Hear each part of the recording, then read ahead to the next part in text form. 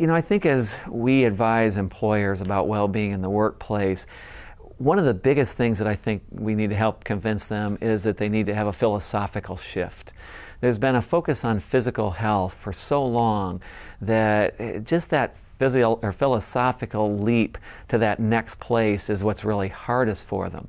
But it's certainly intuitive. If you take workers who are struggling financially or having difficulty taking care of their parents or have legal problems or have myriad of emotional stressors, at some point in time, they're just not going to be as good at workers, and it is going to take a toll on them physically that, of course, companies pay for from a financial perspective. So just getting them to make the philosophical shift is really important.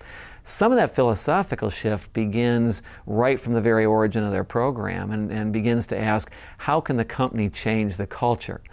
Some would argue that some cultures are almost disingenuous as it comes to wellness, that really if you say to somebody you've got to eat better but you provide terrible food in the cafeteria, you're being disingenuous.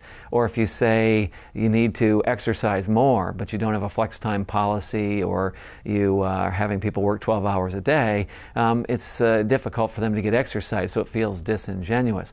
So we think right from the beginning the culture is crucial, and them focusing more on improving their culture of well-being.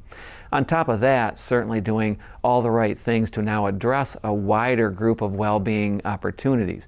So instead of just looking at the kinds of things we looked at in the past to impact physical health, now recognizing that we need to look at social health, we need to look at emotional health, we need to recognize what a big role the environment plays, and even the access they have in their communities. How can they impact the communities in which their people live to make them more supportive of health? These are much broader things to think about than they've had to think about in the past, and thus it really is a paradigm shift for them, and that's the place they need to start.